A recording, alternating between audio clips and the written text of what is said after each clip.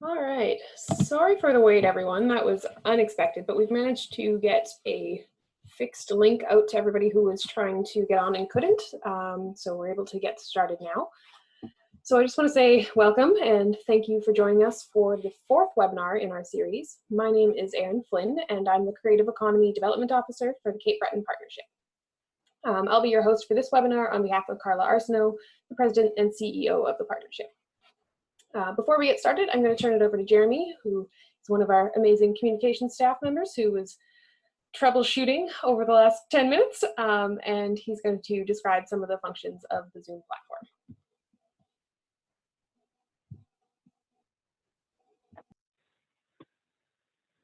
Thank you very much, Erin. Sorry again, everyone.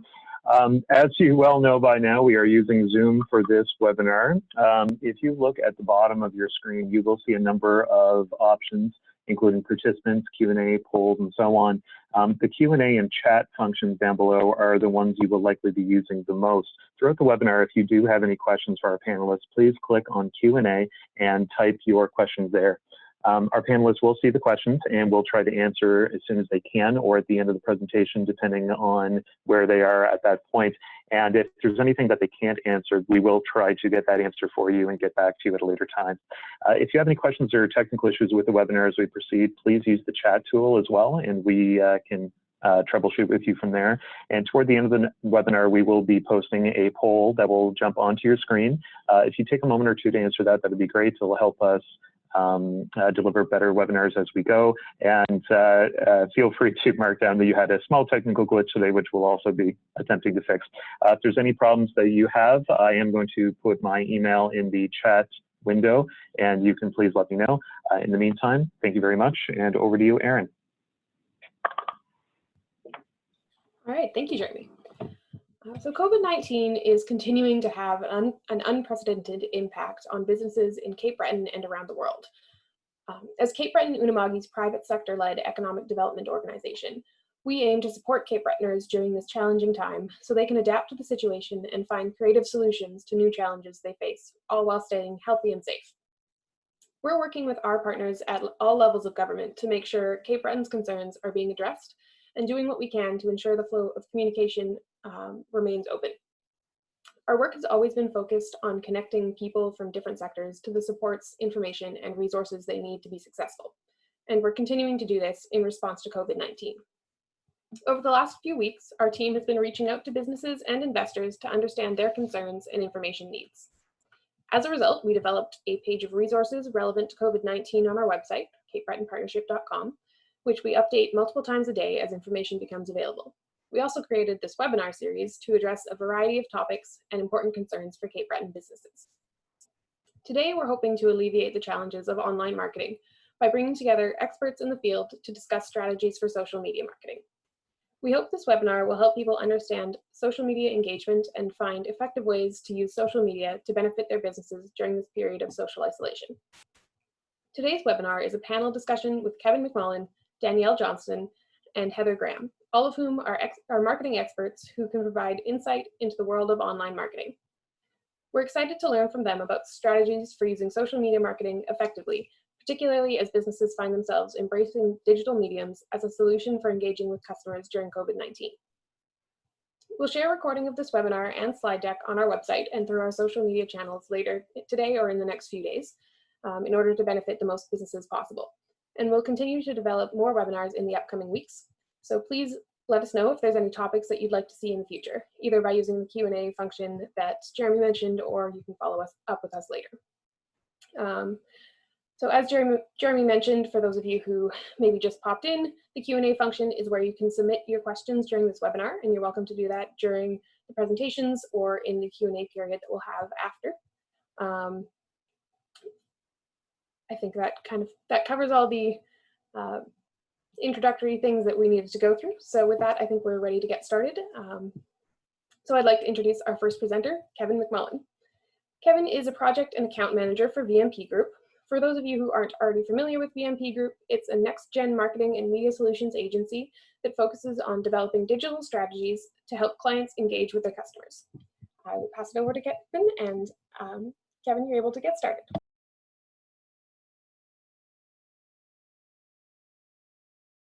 Hi, thank you, Aaron.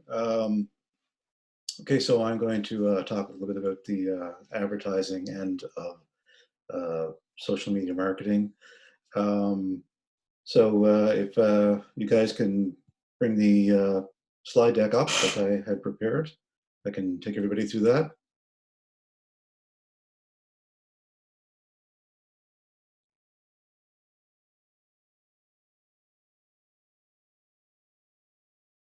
There we go. Okay, so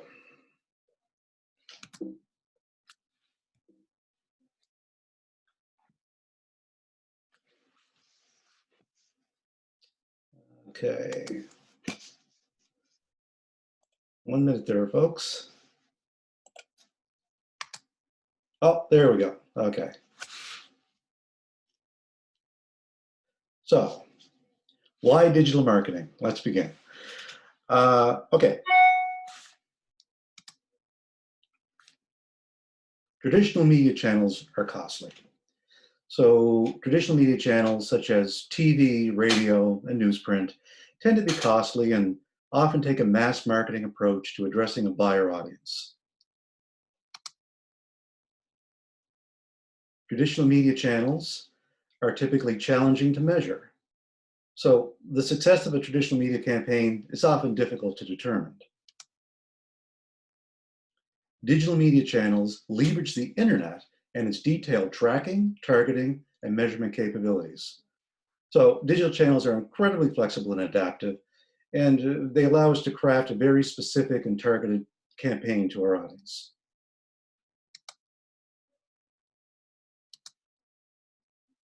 Social media marketing.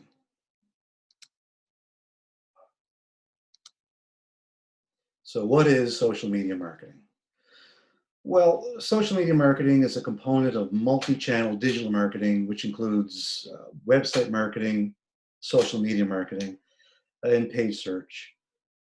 Social media marketing uses social media networks like Facebook, YouTube, and Twitter in order to market your brand essentially through the creation and distribution of content. This includes activities such as uh, text, posting images, posting videos, updating text and images, and other content that drives audience engagement. So content is extremely important. We seem to have a problem with the slide.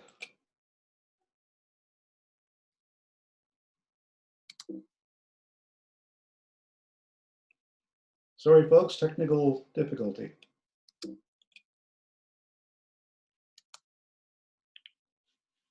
Okay, we're back again.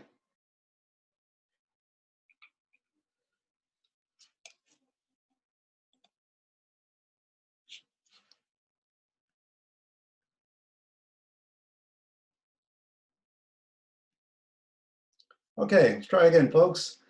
Social media planning. So a social media plan is a comprehensive strategy for your social marketing targeting, and it's primarily intended to drive conversions, build connections, and raise brand awareness.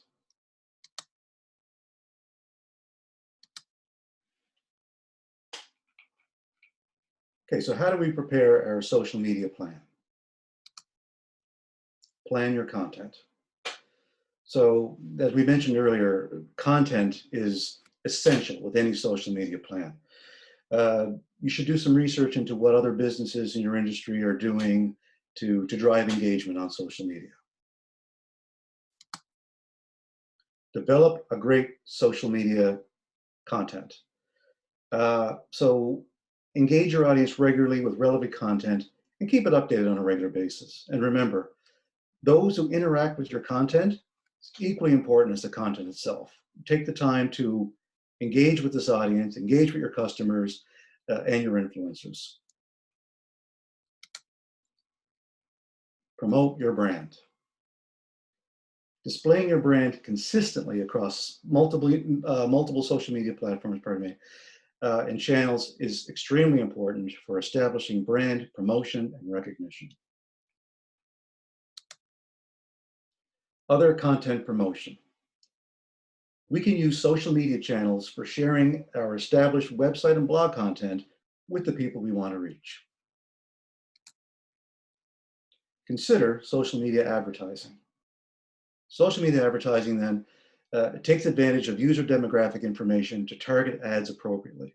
It combines targeting options like geo-targeting and behavioral targeting to deliver your ads to the right audience.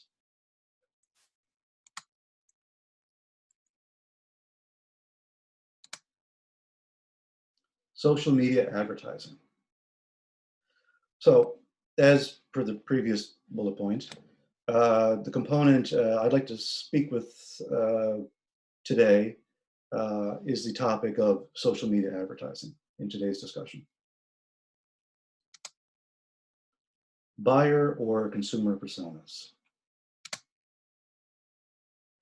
So you may have heard the term persona used in marketing these days. Typically, we have a need to market to multiple buyer segments, and these segments are called personas. When creating our buyer or customer personas, we need to consider including customer demographics, excuse me, behavior patterns, motivations, and goals. The more detailed we are, the better our plan. So how do we define those personas? We need to establish a variety of parameters in order to define our personas. For instance, the background, this would be things like our customer, are they single? Do they have a family? Are they homeowner? Demographics, of course, there would be their age and their gender. Other identifiers. Okay, how we define the type of person that we're trying to target to. For instance, millennials tend to want easy, convenient solutions. Is our persona computer or tech savvy? What is their demeanor and their attitude? Does our buyer purchase our product or service immediately, or does it take some time to convert them? Are they comparison shopping? Are they looking for prices, options, that sort of thing?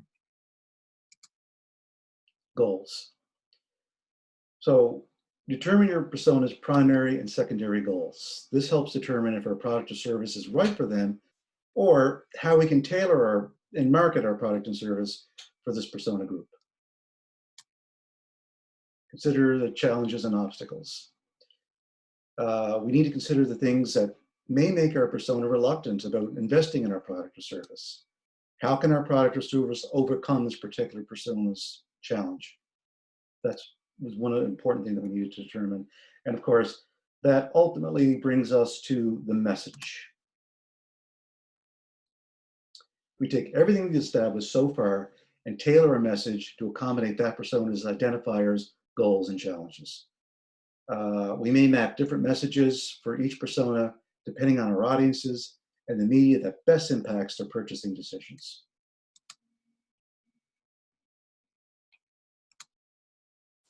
So I'd like to talk a little bit about Facebook ads.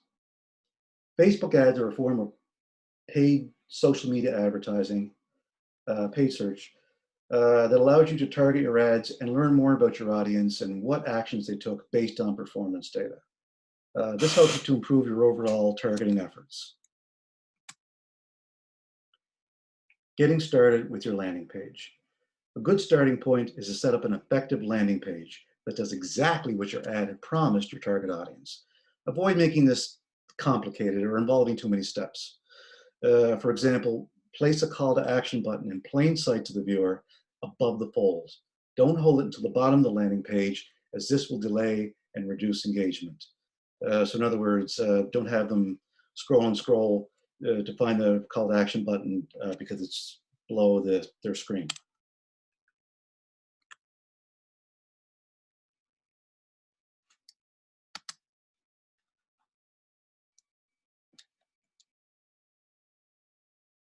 There we go. Getting started with your ad. It's important to always create a simple, clear message that directs your target to your landing page. It's essential that the content of your advertisement be related to the page you're directing them to. For instance, have the same logo and branding in both your ads and your landing page. And we already have the bullet up there. Define goals. Ultimately, you want to draw people to your call to action landing page. The call to action can be anything from a sign-up form, an online sale, or just to enter your contact information for a consultation. The successful results from people interacting with your call to action will be the conversions you'll want to evaluate during post-campaign analysis. And we'll talk about that a little bit later on.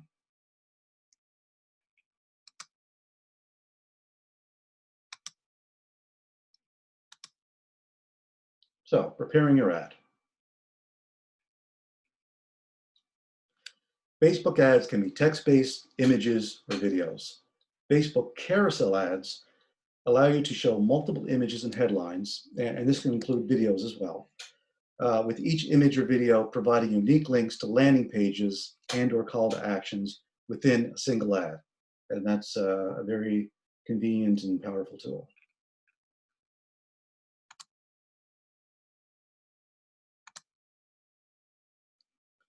Sample design approach. Okay, so here I've included a flow diagram which helps demonstrates the preparation and execution of a carousel style Facebook ad. Let's consider everything we've established in defining our persona's challenges, concerns, and goals, and our corresponding messaging strategies.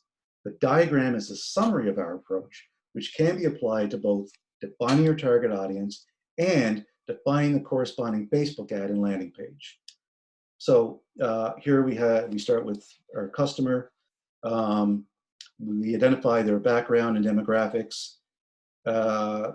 Next, we determine what's our best course of action based on their buying habits. Do we use remarketing, retargeting?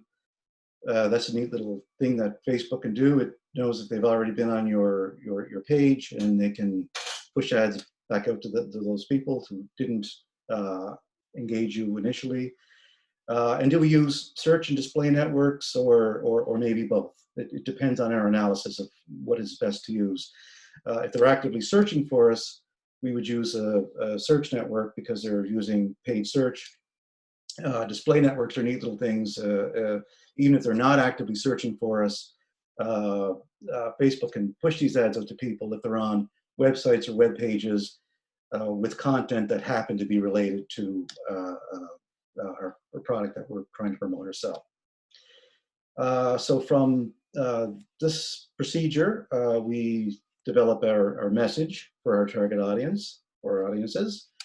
And from there, your graphic designer would do the creative for the ad or video that we're going to put in our Facebook carousel. And in this example, we're doing a carousel ad, so there would be 3 ads. And when your target audience clicks on the ad, it brings them to the landing page, which ultimately takes them to your call to action. Now, in this particular case, each ad is going to the same landing page, but it doesn't have to be that way. Each ad can go to a different landing page if that's more appropriate.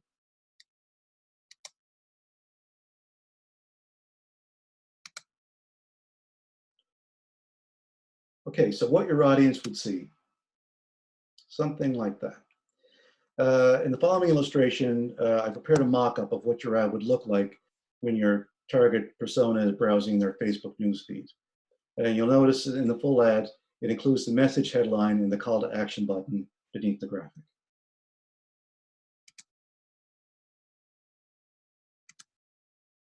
Social media marketing analysis. How effective was our campaign? So, did everything pay off in the end? It doesn't end after we set up and ran a bunch of ads. After every social media marketing and/or paid advertising campaign, it's important to take advantage of the channel's metrics and statistical tools to see how well our campaign has performed or is continuing to perform. Test and iterate. Further to that previous note, there's no right or wrong way to take this approach.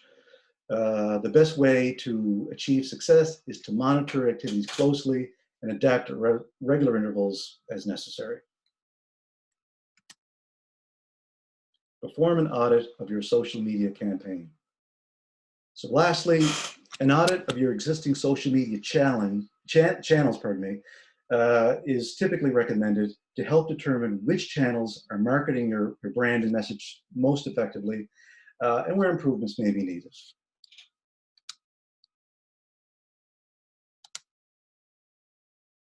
So we are a VMP group, and if you have any questions, or if you want any further information, or if you have a product you want to sell, or a service you want to promote, or maybe you just want to get your brand out there, you can get in touch with me by phoning 902-562-8006. My extension is 14. Or the best way to reach me is to drop me a line at kevin@vmpgroup.com. Thank you.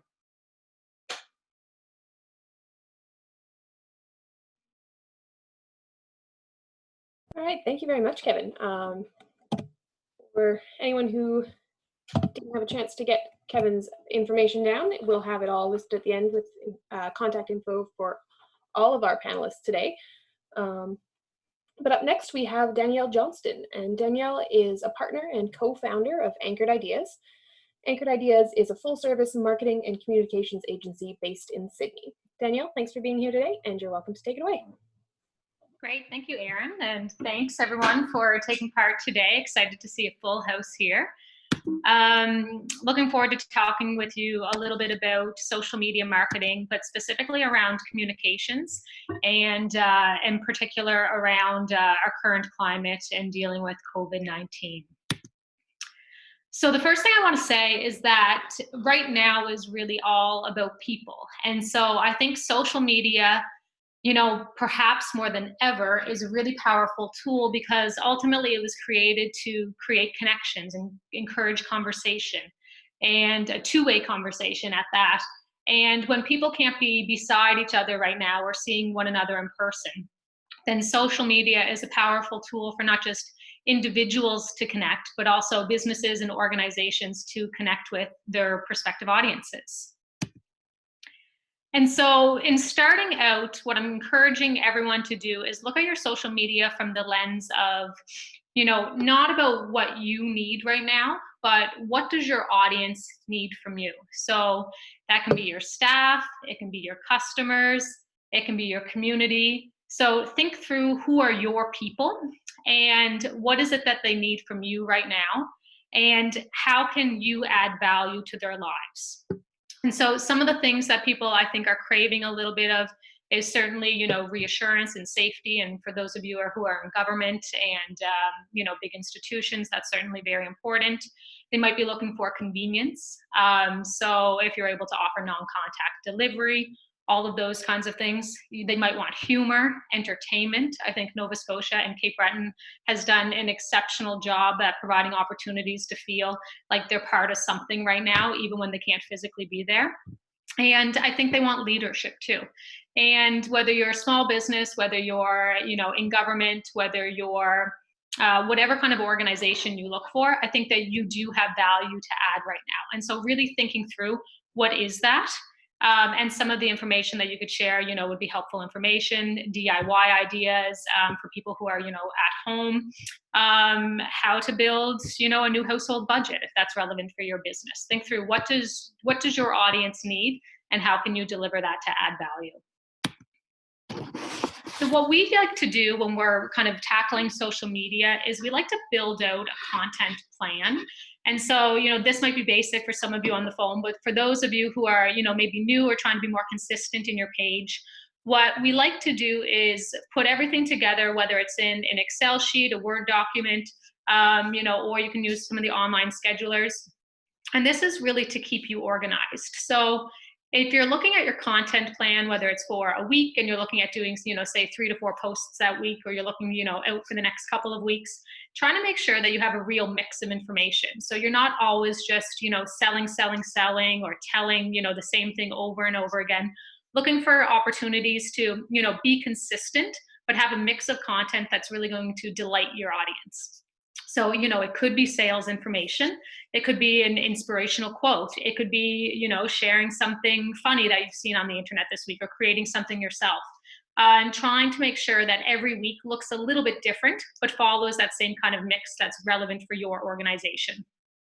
Of course, you want to have key messages. And I think this comes back to when you're looking at, what's that value added that really is your kind of unique selling proposition right now.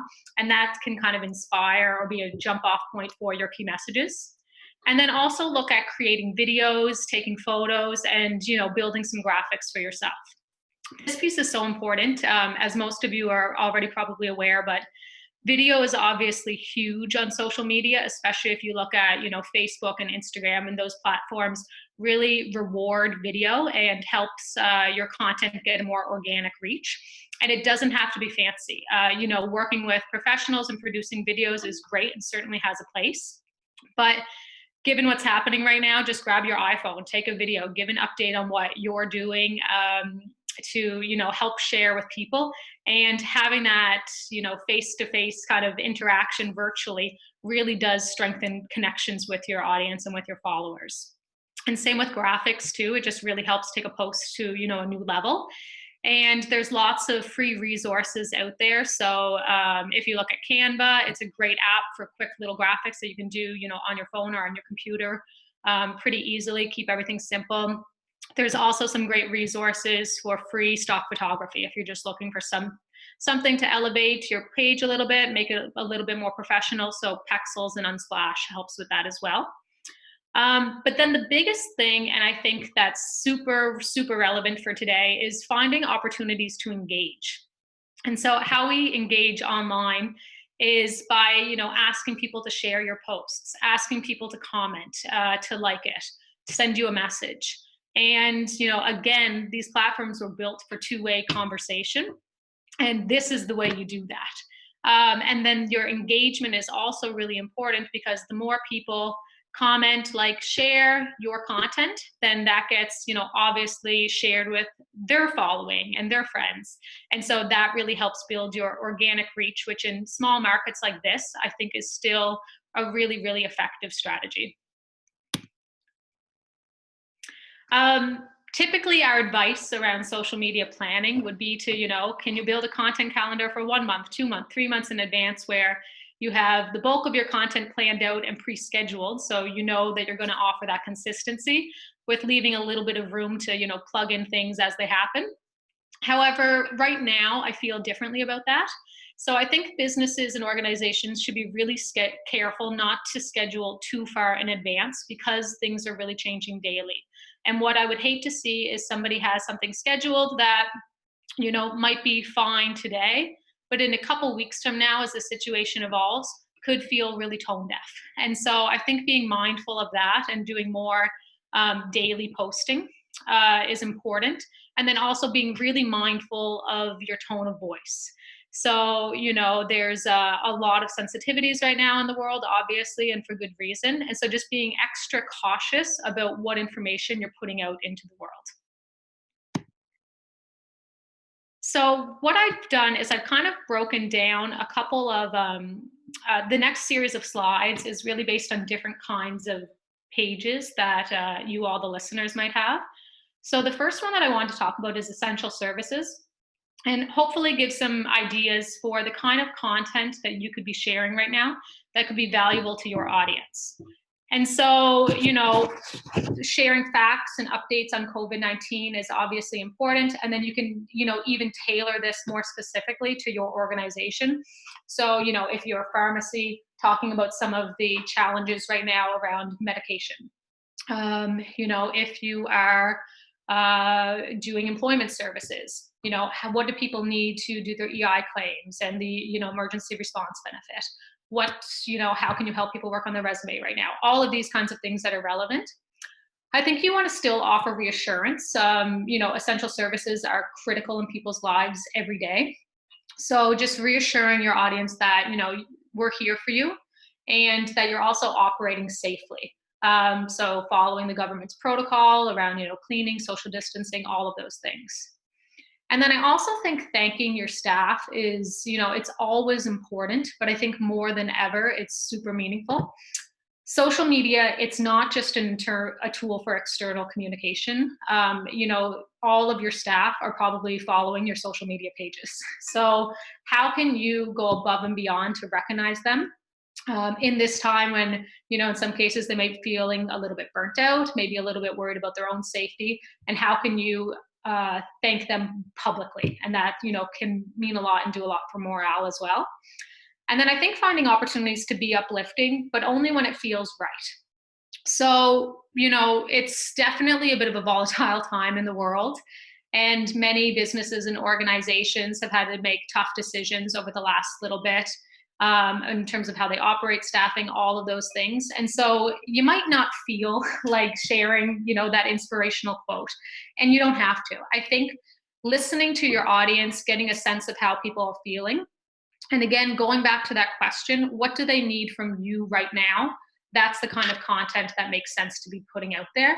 And I think in a few weeks from now, you know, this will continue to evolve, and the situation will change, and what you feel like posting might change as well. If you're in a community of government organization, I think it's very similar to essential services. There's some differences that I would share though. So is that, you know, you need to inform on your actions, and people are looking for government to, you know, this is the time that people really want to see leaders in action. They want to feel that you are, you know, in control of the situation, understand your action plan. And I think it's important to be extremely clear and concise so that there's no room for misinterpretation. Of course, sharing facts and updates on COVID-19. And again, I think being thankful is important for everybody right now. With government too, the tone of voice might be a little bit different than certainly a business and even an essential service, in that you may need to be a little bit more stern right now. That's not something that you might be used to, but I think it's appropriate given the climate. And then for small business, which is the one I'll talk most about, because I think that, you know, this is a really challenging time for, you know, for everybody, but small businesses in particular are being hit, you know, really hard from an economic standpoint. I think that communicating your value again means a lot. So what are you doing differently that is going to improve the lives of your customers right now? There's great examples of that. You know, the breweries are doing direct contact-free delivery to doors. Lots of businesses are doing that. Some, you know, family heirlooms and Fired Creations are doing those DIY, you know, kits that are great if you have kids at home and you're looking to find ways to keep them entertained. And then I think people want to hear, why is it so important to support you, and what does this mean for you right now? What does it mean for your business? What does it mean for your employees? What does it mean for, you know, small business moving forward when we get through this in a couple of months? And I think being as personal and authentic as you can. So, you know, show yourself, introduce your staff, introduce your customers, use videos as much as you can. Again, you can just do them on your phone, you know, take selfies, share photos. And then I think user-generated content can also be really valuable. So for instance, if your business goes and you do a delivery on someone's door, can you take a picture of them, you know, through the glass receiving that, waving at you, post that. And then that is, you know, positive proof. And it's essentially the same thing as a testimonial, you know, here's this customer that you delighted. And then ask people to post their pictures with whatever you've provided to them, and then reshare all of that information. And so it creates a cycle of sharing and of conversation that can really leverage your business right now. I think it's important to note the precautions you're taking in terms of, you know, social distancing, cleaning, all of those things. And then again, thank your customers and your staff. As a community right now, you know, as discouraged as I personally might feel sometimes as you know, get up ready to face the day, I think that there's been so many encouraging things happening here. And I do believe that people are looking to find ways to support small business. So there's an opportunity in all of this. One thing I would also want to share too on small business is that if you're making the decision right now to do any paid advertising, which may make sense for you for sure, I just know that everyone's being really mindful of, you know, their budget. And so really look at what the return on your investment is going to be, and maybe start with, you know, a small campaign, you know, a $25, $50 budget to test the waters before you go into any kind of major campaign, just to see what kind of return you get. And I just wanted to include some examples of things that, you know, kind of made me happy online. I think everybody's looking for, you know, a little bit of joy right now and to, you know, feel good. And I wanted to share, this is a series that Heather Grant has been doing. So Heather's a local realtor here, but this is just on her personal profile. Her husband's a physician here, and she's taken it upon herself to do a whole series where she's featuring medical professionals in Cape Breton, and to, you know, congratulate and thank them for the amazing work that they're doing in being there as an essential service. So this was a post that she had done. I screenshotted this a couple days ago, but, you know, 1,100 likes. It had a ton of shares and comments. And I think that this feel-good content has a big place in the market right now. And I think that businesses can take advantage of that too. This is one that we work with Breton Ability Center. It's not a great photo there, but it's actually video. And so for their organization, I think, you know, they're an essential service, but they have hundreds of residents that they support every day, and they're finding ways to, you know, bring joy to their life, even in this period of isolation. And this video showed an example of not just that, but also a practical standpoint in how their Learning and Employment Center is getting creative to find new opportunities for their residents to continue to learn. And again, this got, you know, good amount of shares, some comments, and a pretty good reach as well. And then this is, I talked about Fire Creations a little bit already, but I thought this was a good example of engagement. And so, you know, this could be augmented a little bit with maybe a photo or a quick video saying, you know, we want to see you having fun with your paint kits, please share a picture. She had a number of different comments, people sharing their photos, which then in turn she can go and repost, and that creates content for her. And so any opportunities to have conversations, I think, is where businesses should be focused right now, if they're not just delivering, you know, that essential kind of information. And the last point that I wanted to lead with today was, you know, do your best in whatever that means. So it's, you know, I do social media in my work, and it's, you know, daycares are closed. I'm home with an infant most of the time. And then other times there's a lot of, you know, negativity in the news and online. And I think that, you know, we're probably not all at our best right now, and certainly not at our most productive. And that's okay. And so, you know, accepting that of yourselves, but also being a bit compassionate and understanding for those around you. Thank you.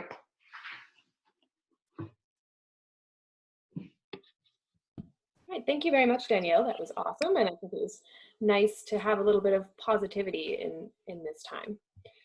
So up next is Helen Graham, and Helen is a faculty member of NSCC's School of Business and Creative Industries, as well as being a part-time instructor of international marketing and marketing strategies for CBU's MBA program. Helen, thank you very much for being here today. Thank you, Erin, and welcome everybody. We're just going to get started here. Okay, so everybody else was talking to you, you know, Danielle's messages were very inspiring there. And, you know, same with Kevin giving you a lot of the technical details. So really what I'm going to do is just talk to you about a few key messages of things that you have to look at when you're looking at social media. It's more like answering a bunch of questions for you. So one of those questions being, is there a best time to post? Well, the answer to that is yes. So you want to post when your audience is going to be there, when people will see and engage with your content. So, you know, try to figure out when that is. And when you do your posting, a really well-timed post is going to give you more likes, more comments, shares, and click-throughs. And the click-throughs are, you know, when you're trying to sell something, you want to get somebody to get in and look at your products and then buy something. Or maybe it's you want them to just support an activity. So it's not, marketing is not always about buying. It's, you know, it's also getting people to do actions for you. So again, you're going to have to, when you're figuring out what you're going to do, or what the best time to post is going to be, it's going to depend on who your industry and your audience are. So here's a little, here's a little chart on, oops, I shouldn't use the mouse there. Okay, so here's a few little charts on best times to post in social media. So if, and I think we're making this available, so you'll be able to see this, once we're finished with this, but I'm not going to read through everything, but I like the one in the middle, and that one is from Media Link, I think is the name of the company. But what they say is, okay, so look at the different platforms that you want to be on, and when do you want to be on those? What's the best time to be on Facebook? What days are popular? What time is popular? Same thing with your Instagram, your Twitter, your LinkedIn. Look at the different platforms that you're on, and then figure out what's the best time to post on these platforms. So you'll see there's a little bit of difference between them all, but it's usually only an hour or two for the most part. But there are better times, and think about it. There's times when your audience is going to be there. So let's look at, who is your audience? How do you get to know who your audience is? Look at how old the people are. And Kevin gave you examples of, creating that persona. Well, figuring out who that persona is. That's your audience.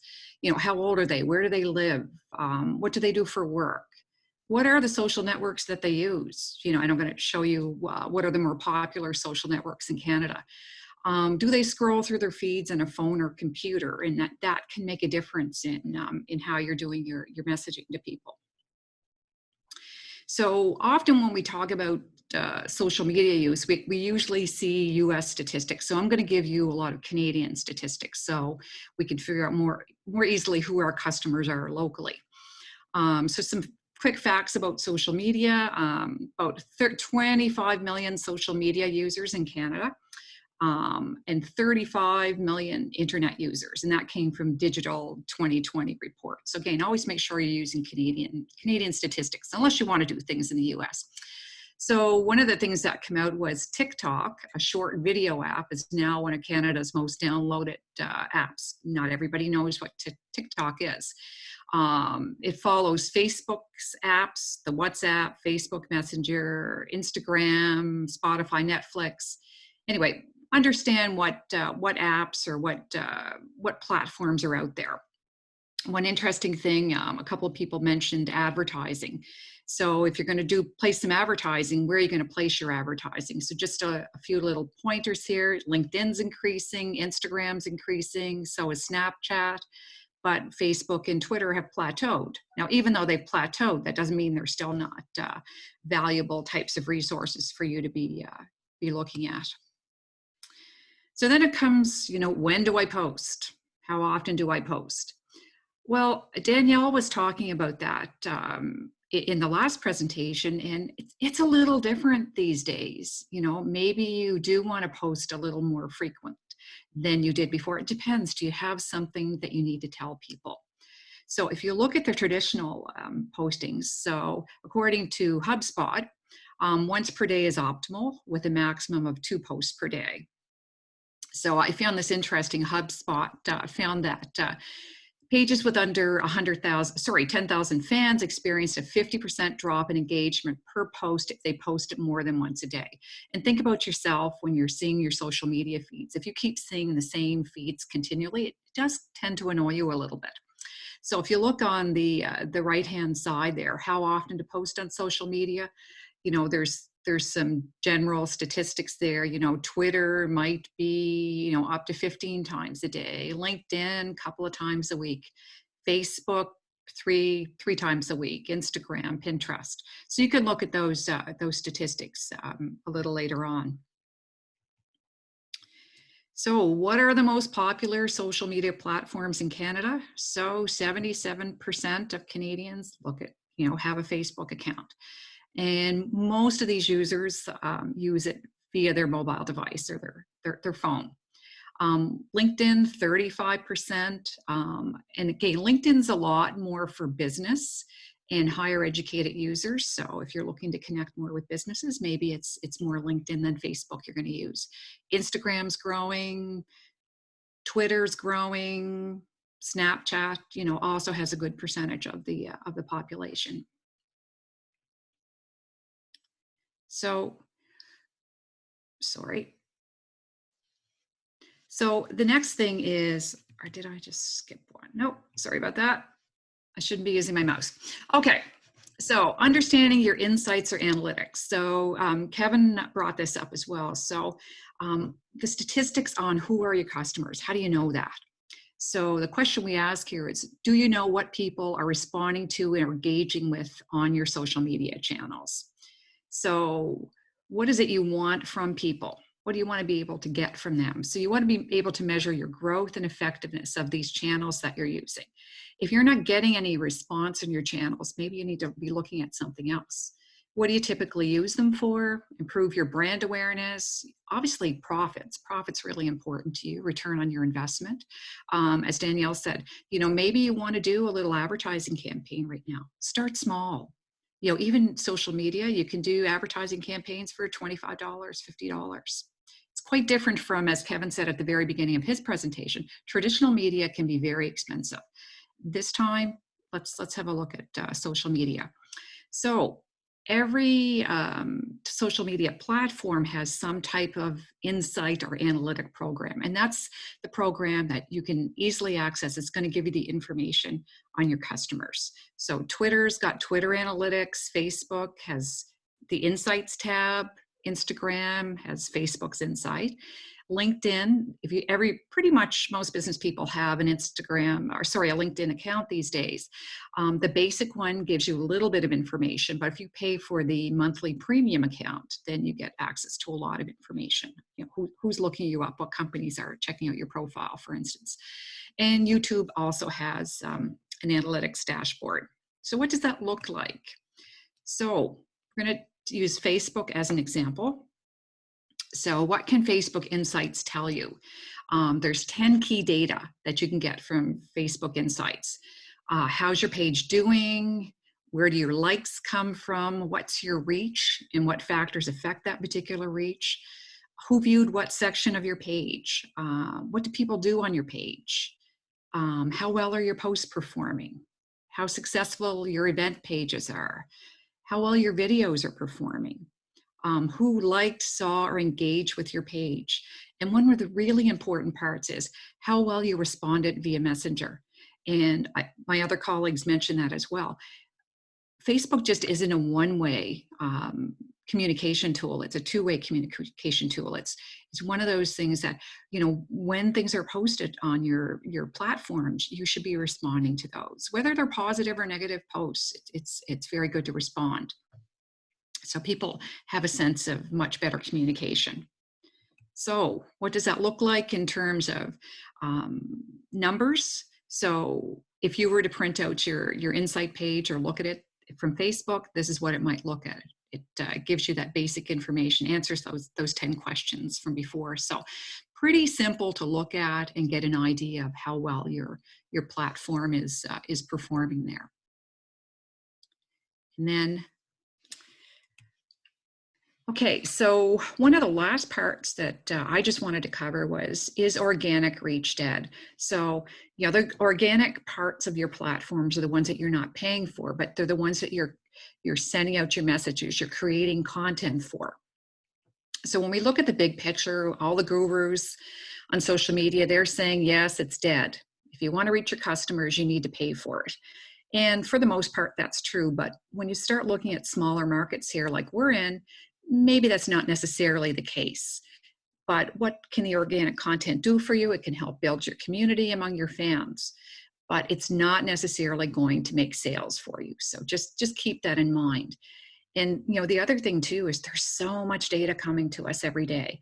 You know, average person sees upwards of, you know, even 5,000 ads per day. You know, how do you get your information noticed?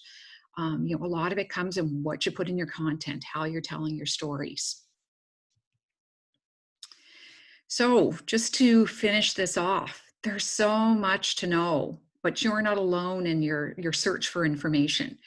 The only thing constant about social media is that it's constantly changing. And my other presenters made that very clear. Things are not normal. And social media is one of those areas where people are engaging much more than they have been before. So if you want to get to know your social media options much better. So get some help for this.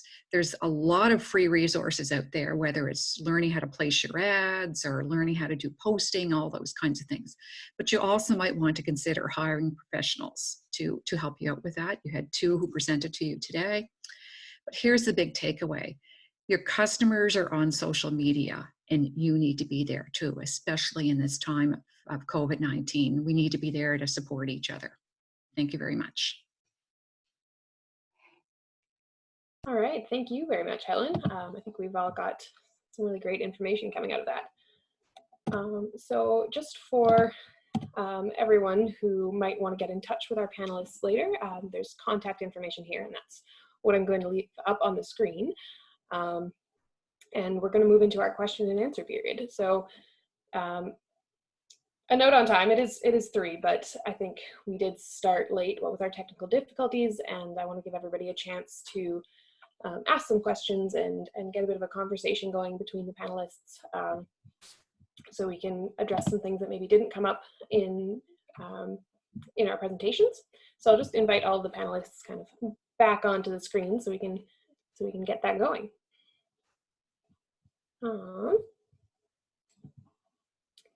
So we do have one question just sitting there in our question and answer box. So I think we might as well start with that.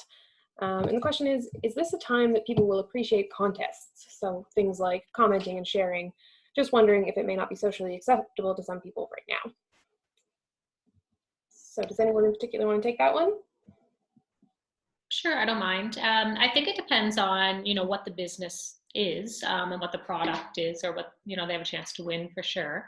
I think it can still be effective and appreciated too. I just think the careful thing is to make sure that the rules and, in terms of pickup and all of those kinds of things follows all of the government's protocols on, social distancing, contact free, all of that kind of stuff.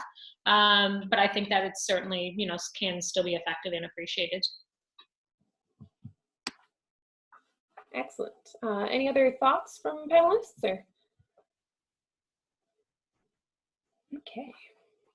And just a reminder to everybody, in case you haven't engaged with the question and answer function yet, it is just at the bottom of your screen, and you'll be able to submit your questions that way. So we've got another one in here from Jill McPherson. She says, "Hi, I'm starting a craft cidery in Sydney. Our Instagram account is currently set up as a personal account. I've thought about switching to a professional account, but have read there are pros and cons to this. I've read that Instagram is set up to see more posts from your friends, so by switching to Instagram Professional, people will be less likely to see what you post unless you pay for advertising. The pro of switching to Instagram Professional is that I would have access to analytics. What are your thoughts?"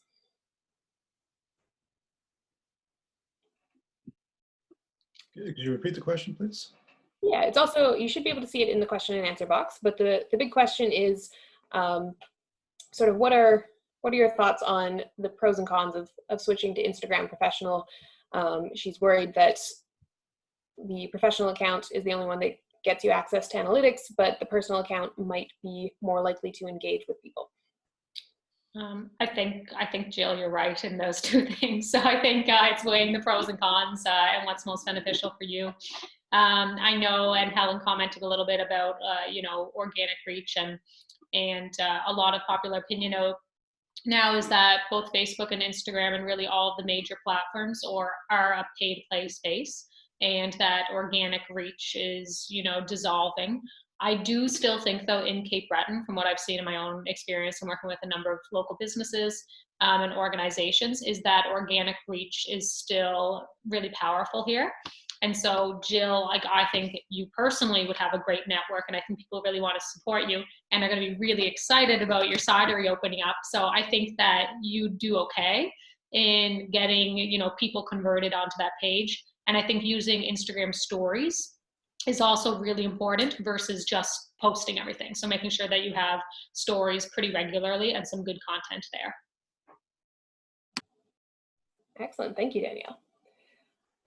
And just as we're sort of getting into the questions, I also want to note that We do have a poll that we'd like our participants to answer. I think I'll get Jeremy to just pop that up on the screen soon. So when you see that pop up on your screen, if you could give us your responses, that'll just help us as we move forward in making more webinars. And hopefully your comments will help us avoid some of our technical issues like we had this time. So I'm going to move on to the next question in the queue, which is, we're in the process of creating content plans for social media going forward in this uncertain time. Any tips for those in the planning phase now of moving forward with this new normal? So, all right, I think just general, what are people's thoughts on moving forward in a way that's adapted to the sort of COVID-19 way of life? I don't want to be an answer hog, so Helen or Kevin, you guys want to comment? Or Oh, okay, I'll just give an example. You know, I'm not the experts like Danielle and Kevin are with the everyday things, but I will tell you, you know, in some of the courses that I teach that deal with social media, and one of the best examples, I really like this, is back when the financial crisis happened in 2008. And this company in the US decided to, a pool company decided to open. Well, who's going to buy a pool in time of a big crisis? So what that company decided to do was to make themselves the experts and know everything possible about pools and share that information with their customers and create a really back and forth dialogue with the customers, and nothing about sales. It was just all about what are the tips, what are the tricks, what can help your help you have a clearer water in your pool or whatever it is. And what happened was that company built up such a reputation that when the people start buying pools again, they went to this company. They were the experts. They felt very comfortable with them. So it's even though it's a difficult time, it's not a time to disengage. It's the time to engage with your customers and find out what's important to them. It's not about the sales. It's about the connection. Yeah, I think that's a key piece of getting to know your customers right now, Helen. So I think a sort of related question is, can you market for later? So if your business is shut down with few prospects for online sales, should you be online? So the example given here is a barber shop. And I think you kind of answered that in terms of being online right now is more about the engagement and getting to know customers. But does anybody have any other thoughts or answers for this question? I think all businesses should be online, and not necessarily, like, I think a Facebook page is like a basic, especially for that kind of business. I think people use social media, and in particular Facebook, comparably to a website in many ways now. So it's you can have your services up there, you can have price lists up there, you can chat with your clients, you can do bookings through your Facebook page now. So I think that it's good to kind of build a following, and so if you're a barbershop in that example, if you've captured photos of previous haircuts and things like that you've done, now's the time to kind of share it. Start a conversation, what trends are people looking forward to for, the coming months, or, I think you could use humor really easily. So everyone's going to have awful haircuts for the next couple of months. So you could do a contest where you have people share their bad haircuts, and then maybe they have a chance to win a, gift certificate with you when you do open up your business. So I think there's lots of fun ways to, be lighthearted in this, especially with that kind of business. But, and Facebook and Instagram, I think, can be really good platforms for that. Mm-hmm. That's great. I think you're very correct. There's going to be a lot of bad haircuts, so probably an excellent marketing plan right now. We've got another question in from our comments. It says, Instagram and other image and video sharing social info are all the rage with kids today, but Cape Breton has a specific demographic. Facebook seems to be the king for getting social sharing going. What are everybody's thoughts kind of on demographics and the platforms that you use?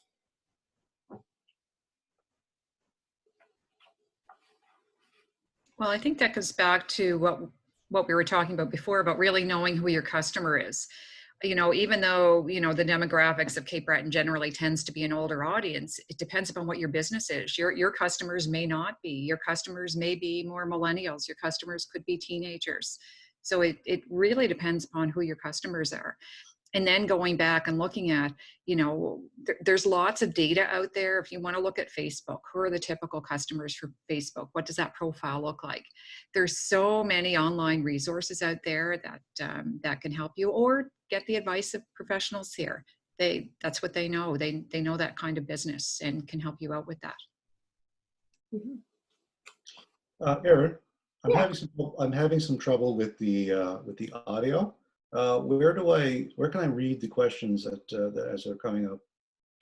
So if you go into your question and answer box, it should show up with all the questions that are coming in. Just the Q&A tab? Yep. Okay. Excellent. All right. Are you seeing them now?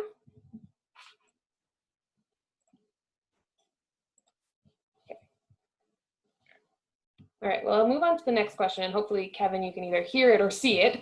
The next one we've got lined up is, how do you decide between Instagram stories or feed? Which gives better engagement results?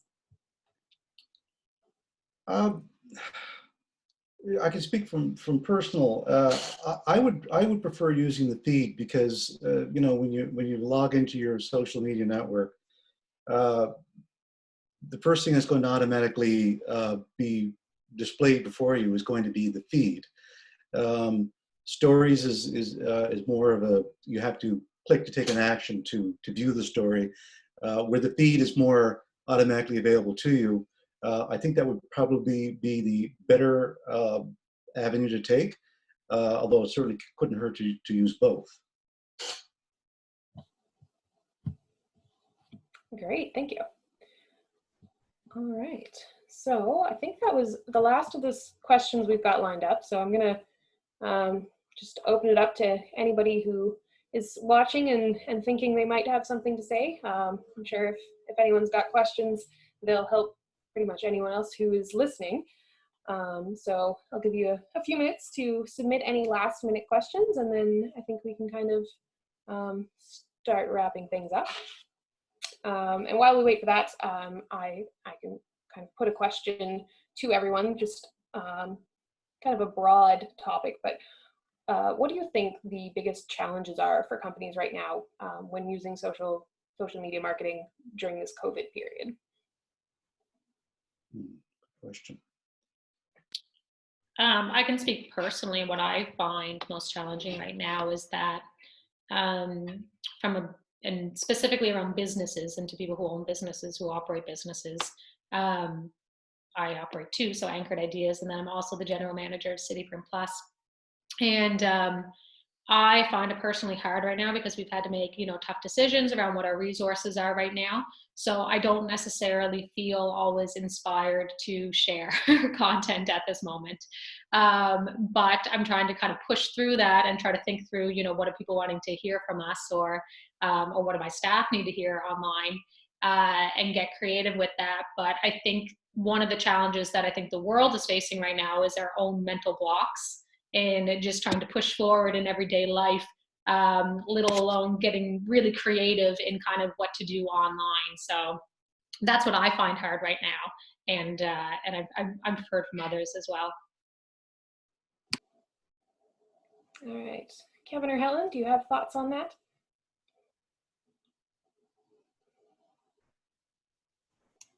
No, I'm just going blank right now. Yeah. I think what Danielle said kind of Covered it. I think, yeah. Excellent. Okay, so we do have another question that's come in. I currently use Pizza Loop, Mojo, and InShot for quick animated Instagram story content creating. Do you have any other suggestions, particularly for animated Instagram stories? This is Anna from Cape Smoky, and they should be Android compatible. Oh, Pixaloop. I just saw the correction. That makes more sense. We do use software. Our animators at DMP, we use a software package that's really, really good for doing like explainer videos. when I can't think of the name of the package right now, but I'll when I figure it out, I'll post that, because that's really good for doing. So you talk about animations, so I'll post that as soon as I look into that and find out what we use. But it's really good for, you know what I mean by the explainer style videos. Mm-hmm. We've used promo.com, has like a pretty user-friendly video software. It's I think they have like a free trial, and then it is subscription based. Super fast, good for, you know, quick, you know, 30-second little stories. But it gives you, you know, that that live kind of feel. Excellent. And I'm just going to build off of that. I know, Helen, you particularly mentioned that there's lots of free resources online, and a few things came up in our conversations, things like Canva and Pexels. But does anybody know of any other free online resources that are particularly helpful for people who might be getting started with some social media marketing and online work? Free resources? Free or generally accessible, I guess. Well, there's so many companies out there, you know, the Hootsuite, HubSpot. I mentioned a number of those here. And there's so many different manuals and how to get yourself started. I mean, all you have to do is kind of give a quick Google search to, you know, I want to start my social media campaign. What do I do? And you can find some great resources. And all they look for, they give you all these free manuals. They just look for your email. So I get inundated with, you know, emails all the time, but you can get some really good resources that will point you in the right direction. Yeah, I kind of froze up there. HubSpot actually is a resource that I use quite frequently. So thank you, Helen, for reminding me of that. Yeah, HubSpot is a good one, but there are a number of others. But like Helen said, just Google the type of information you're looking for, and a lot of these resources will sort of come up in your Google search. And then if you like the types of information they're providing you with, you have the option of signing up for notifications from these resources. We haven't talked about email marketing at all today too, but like MailChimp is great, and that's free. And then you also you're building a database too, and you'll own that email list forever. And one of the things too, if you're wanting to do advertising on Google, for instance, you know, they have Google Academy, it's called, and it's all free resources, and it tells you exactly how to do everything.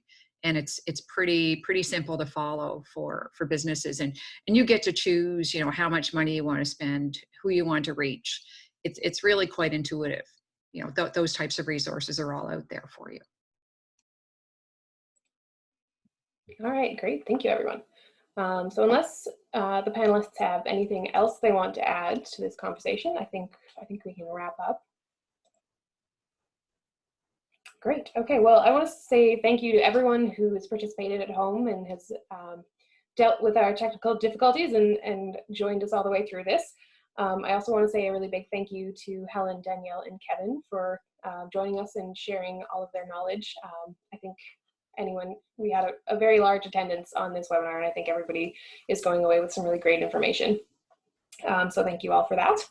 The next webinar we have planned is actually coming up on Wednesday. So for anyone who is interested, it'll be on e-commerce, and we'll be sharing more information about that on our website and our social media pages as usual.